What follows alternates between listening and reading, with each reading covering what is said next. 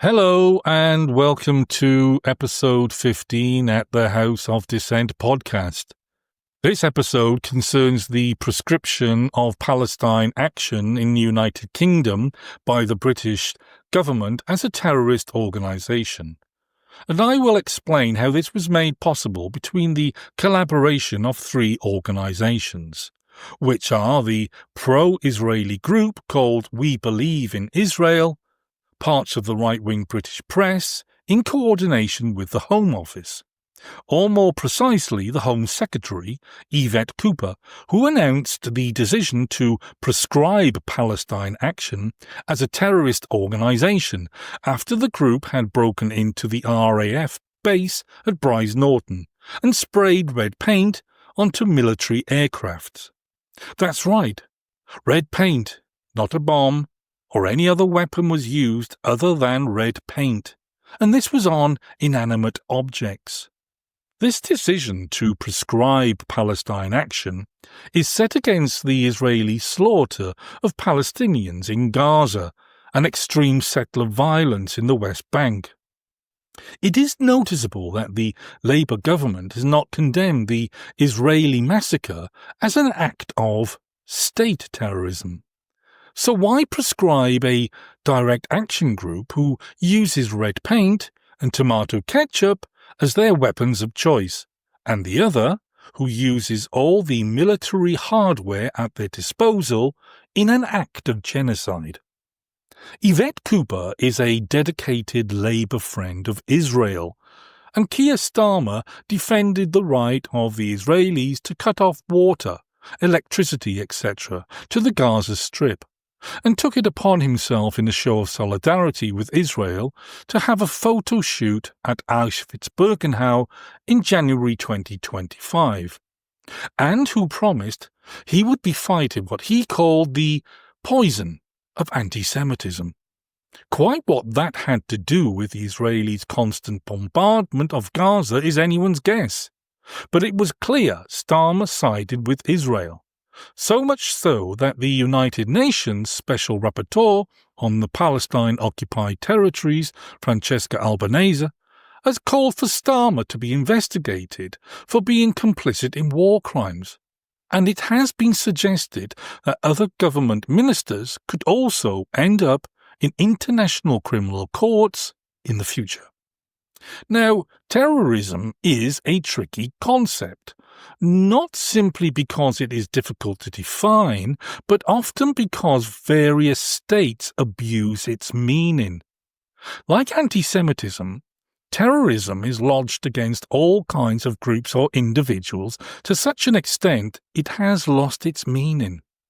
For example, to be against Israel's military colonial policies since 1948 is not the same as being anti-Semitic, or to be against an Israeli state based on Jewish supremacy. After all, many Jews have been and continue to be against both. I've often wondered whether the American form of trick-or-treat on Halloween is a form of terrorism. Think about it.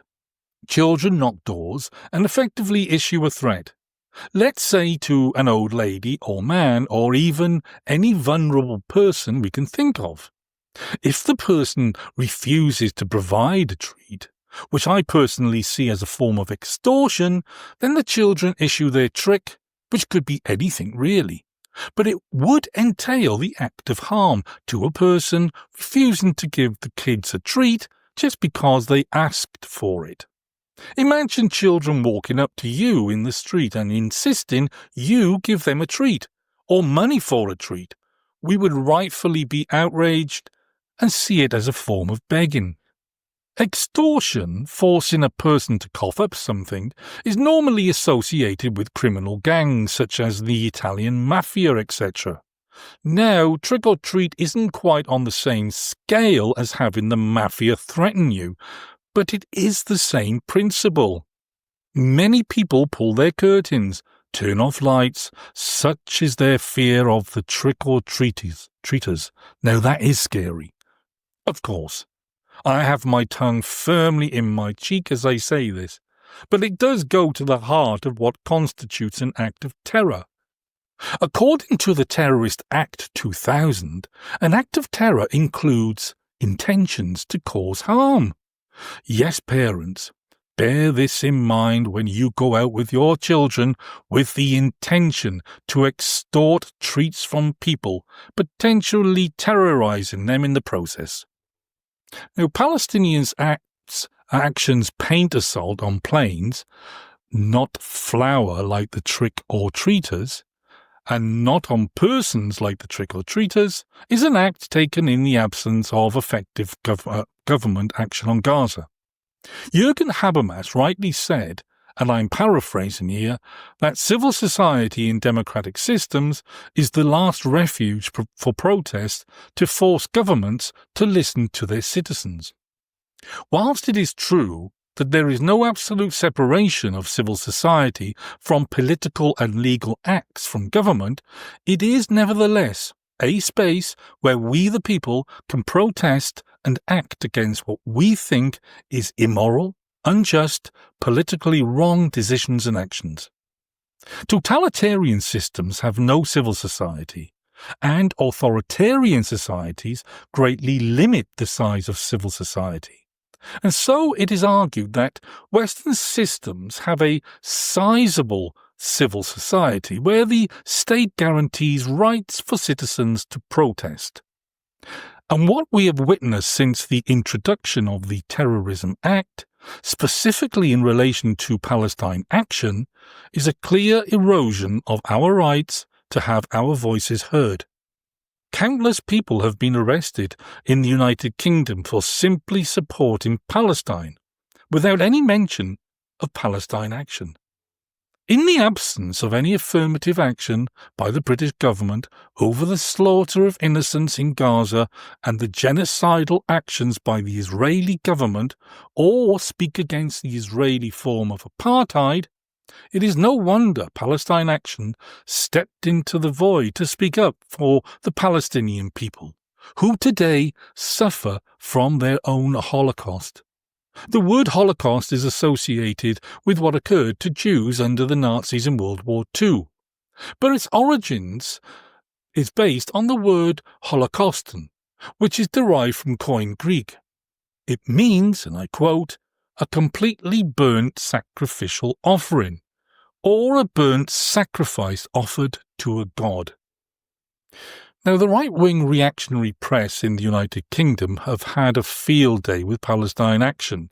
For example, on June 25, 2025, the Daily Mail ran this headline, and I quote, "The witchcraft artist, the Christian anarchist, and the daughter of a National Health Service surgeon behind Palestine Action's plot to attack more RAF bases, as ringleaders have 150 targets in their sights." And in typical reactionary style, the Mail begins thus. On the day Home Secretary Yvette Cooper told Parliament she intended to ban the militant campaign group Palestine Action under Section 3 of the Terrorism Act after its notorious break-in at RAF Brize Norton, the far-left group staged a show of strength. Now, notice the perverse reference to a far-left group for the paper to maximise its impact. Now, I have no idea whether Palestine Action are left, centre-left, right, centre-right, or even up and down. It's just a ludicrous slur. And laughably, the Daily Telegraph, or Torygraph as it's known, ran a headline 2 days later on June 27, 2025, stating, "The anti-colonial witch behind Palestine Action recruitment drive Gamza Sanli urges recruits to hit everything you can find with a sledgehammer during actions." So let me address the collaboration and coordination of 3 organisations towards prescribing Palestine Action as a terrorist group. On June 23, 2025, the Home Secretary Yvette Cooper made her announcement that Palestine Action would be proscribed as a terrorist group. On the very same day, Rupert Murdoch's The Times newspaper just happened to produce two reports, with one stating that, and I quote, Iran could be funding Palestine Action, Home Office officials claimed. Yes, that's correct. You heard correctly. Could be funding. Now, the report referred to officials in the Home Office who they reported as investigating Palestine Action's source of funds. They stated that there are concerns the Iranians and or their proxies are funding Palestine Action, stating, and I quote, given that their objectives are aligned.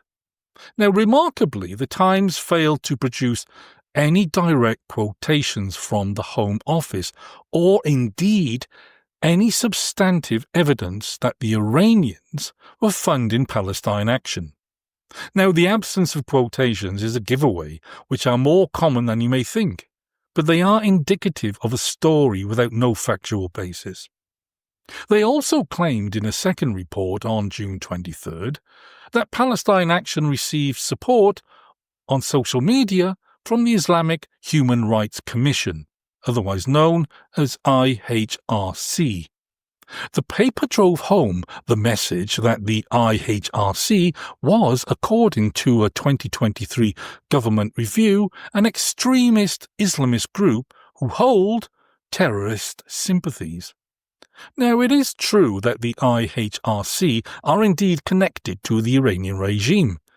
The IHRC was established by supporters of Ayatollah Khomeini in 1997, and they were also established to celebrate the legacy of Khalim Siddiqui, a Pakistani-born Muslim who became leader of the London-based Muslim Parliament, and who supported the fatwa called by Khomeini against the British writer Salman Rushdie for writing the satanic verses. Siddiqui was also a vocal supporter of Hezbollah, the Shia group based in Lebanon and supported by Iran. Considering these points, if Palestine Action were receiving funds from the IHRC, then it would come under scrutiny by the British security services. But the only connection in the report was a quote from the IHRC on X that read, and I quote, "We stand in solidarity with our comrades, Palestine Action." Now, standing in solidarity with Palestine Action isn't the same as funding it, but the Times article was not about facts, but rather sowing the seed of suspicion and doubt into the minds of the public, and in doing so attempting to persuade us of the validity of the Home Secretary's decision to prescribe Palestine Action as a terrorist organisation. There's nothing new in governments colluding with the press, and this is just another sordid example of how government leaks work to get their message over, and in doing so, keeping the press on side, although in this case, that isn't a difficult thing to achieve. Now, the fact that the Israeli embassy complained to the British government about Palestine Action is both interesting and telling. Which leads me to the third organisation involved in this coordinated attack against Palestine Action, and they are called We Believe in Israel, a shady pro-Israeli group with unknown sources of funding. In a Guardian report titled UK protest group Palestine Action denies Iran funding as it faces ban, published June 24th, yes, one day after Cooper's announcement to prescribe Palestine Action, the writer Haroon Siddiqui wrote, "The anonymous Home Office briefing about Iran came 2 days after the advocacy group We Believe in Israel tweeted, 'Behind Palestine Action's theatre of resistance stands a darker puppeteer, the Islamic Revolutionary Guard Corps. Palestine Action is the mask. The IRGC is the face. And it continued. The only evidence it provided was saying that the IRGC's vocabulary echoes in Palestine Action slogans. We Believe in Israel launched a campaign to ban Palestine Action this month, and the language from a report it published was similar to that used by Cooper in her statement, said Haroon Siddiqui in his piece. Now, I've looked at the website of We Believe in Israel, and if you were to visit their website, you would find a piece filed under Call to Action, Prescribe Palestine Action to Safeguard British Values and Public Safety, which says, and I quote, "At We Believe in Israel, we are steadfast in our mission to uphold democratic principles, community cohesion, and the rule of law. Yet, the increasing activities of extremist groups, like Palestine Action, pose a direct threat to these values. Operating under the guise of activism, Palestine Action has crossed the line from legitimate protest to acts of harassment, vandalism, and intimidation. This is not peaceful dissent, it is an organised campaign of extremism." And they continued. The growing aggression of Palestine Action undermines societal harmony and targets organisations and individuals linked to Israel. Their actions, from defacing offices to inciting division, are designed to erode public trust and create an atmosphere of fear. These are not the hallmarks of a civic activism, but rather of a group that operates with impunity and contempt for the rule of law. Now, the pattern here to discredit Palestine Action seems clear. Where it emerges initially from We Believe in Israel, through to Yvette Cooper, the Home Secretary, and then leaked to the Times. This is all a classic example of creating a moral panic and a deviant amplification that was forwarded by Stuart Hall in the 1970s. Media amplification is designed to exaggerate the severity of a crime, and the Home Office briefing to their right-wing media friends is exactly designed to do that.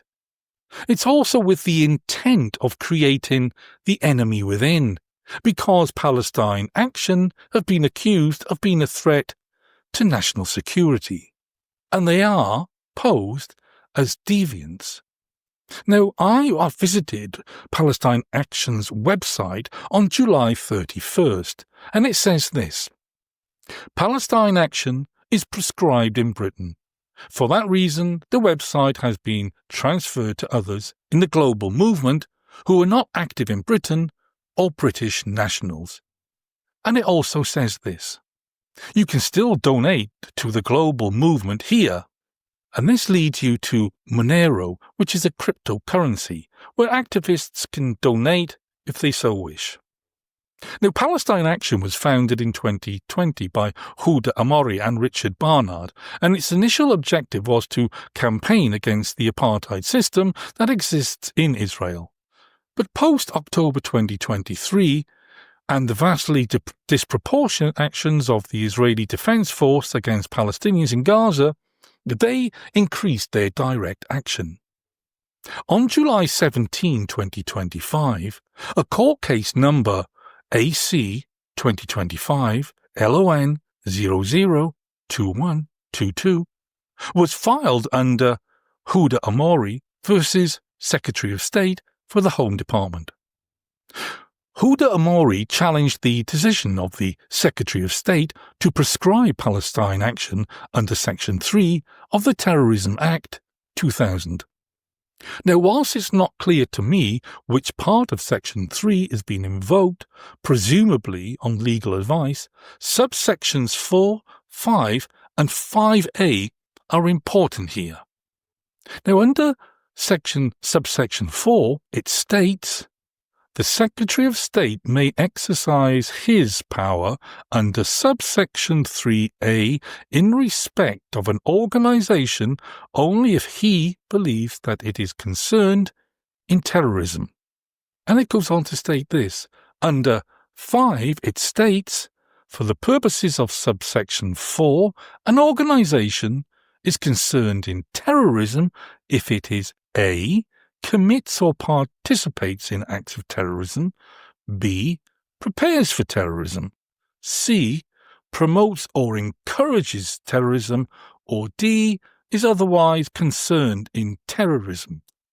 And finally, under 5A, it states, the cases in which an organization promotes or encourages terrorism for the purposes of subsection 5C include any case in which activities of the organization are A, include the unlawful glorification of the commission or preparation, whether in the past, in the future, or generally, of acts of terrorism, or B, are carried out in a manner that ensures that the organization is associated with statements containing any such glorification.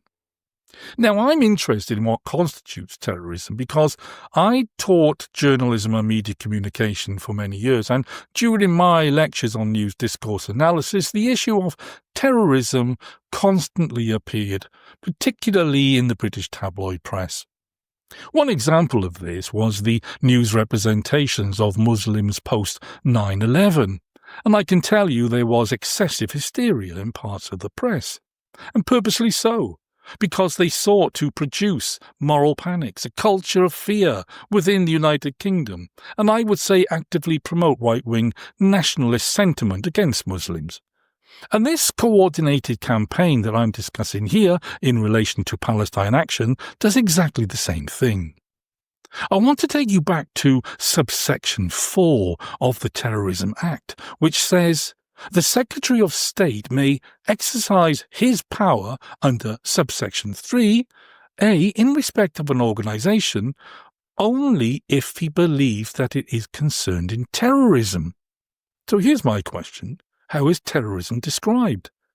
Well, we can find this under Section 1 of the 2000 Act, which states, in this Act, terrorism means the use or threat of action where A, the action falls within subsection 2, B, the use or threat is designed to influence the government or an international governmental organization or to intimidate the public or a section of the public, and C, the use or threat is made for the purpose of advancing a political, religious, racial, or ideological cause. So what does subsection 2 say? Well, it says a lot of things, actually, but it is 2B that applies to Palestine Action, which is, and I quote, B says, terrorism involves serious damage to property. Now, obviously, this is a contentious issue because we already have a law which covers criminal damage. So, for example, under the 1971 Criminal Damage Act, under the headline Destroying or Damaging Property, it says this. 1. A person who, without lawful excuse, destroys or damages any property belonging to another, intending to destroy or damage any such property, or being reckless as to whether any such property would be destroyed or damaged, shall be guilty of an offence. 2A. A person, without lawful excuse, destroys or damages any property, whether belonging to himself or another. Now, there's even 2 other points based not on actions but intentions. So under 2A, it says, intending to destroy or damage any property or being reckless as to whether any property would be destroyed or damaged. And B, intending, by the destruction or damage, to endanger the life of another or being reckless as to whether the life of another would be thereby endangered, shall be guilty of an offence. Now, ask any academic to define terrorism and you'll receive multiple answers. The truth is, there is no simple definition of it. Now, governments try and make things simple by producing legislation that is passed into law via bullet points, but mostly these are inadequate because it becomes law and no number of theories can challenge that. There are so many contradictions of what constitutes an act of terror and whether a group can be described as a terrorist organisation or freedom fighters. Two examples, amongst many, are the African National Congress and the French Resistance, not forgetting the anti-colonialist movements in Africa and India. In 1987, the British Prime Minister, Margaret Thatcher, denounced the African National Congress as a terrorist organisation, and she refused to impose sanctions on the rancid white supremacist apartheid regime in South Africa. The chairman of the Tories at the time, Norman Tebbit, defended Thatcher's actions. Both Thatcher and Tebbit have received glowing praises from Keir Starmer, Thatcher for her leadership and Tebbit for his contribution to politics. Thatcher was a keen supporter of the fascist dictator Augusto Pinochet, who established the Caravan of Death, which was a brutal army unit that tortured and murdered opponents of Pinochet. Many thousands were tortured and disappeared, and Amnesty International and others placed the number of murdered at over 3,000. This was state terrorism, perhaps not quite on the same level as the deaths that occurred under Stalinism, but state terror nevertheless. And here we are, with a Labour government overseeing the massacre of Palestinians, with a death toll far greater than that in Chile. It's no surprise that Starmer had not taken decisive action against the Israelis, given his praise for Thatcher, who, according to The Guardian, sent General Pinochet the finest Scottish whisky and called him a true friend. Now let's compare the actions of the ANC and the Pinochet regime. Let's even compare the actions of the Palestine Action, spraying red paint and sometimes tomato sauce to replicate blood, and the Israeli Defense Force. In both Chile and Israel, what we see is a grotesque form of state terrorism against defenseless people and on a grand scale. And yet it took until June 25th, 2025 for Starmer and his government to impose sanctions on the far-right extremists Ben-Gvir and Bezalel Smotrich. On April 18th, 2025, the New Left Review conducted an interview with the founder of Palestine Action, Huda Amore, under the title Tactics of Disruption. And here's how it begins. Question. Palestine Action is among the UK's most militant and effective activist networks, coordinating the sabotage of arms factories which supply the Israeli state. You co-founded the group in July 2020, following a surge in IDF violence across the occupied territories. How has it developed, and what role has it played since October 7th? Answer.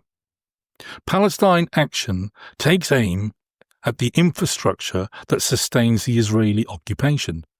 Our main target is Elbit Systems, Israel's largest weapons firm, which has a major presence here in Britain.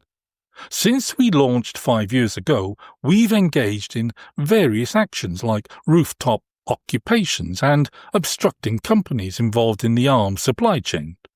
After October 7th, our work dramatically intensified, both in terms of the number of people who have joined and the scale of the actions themselves.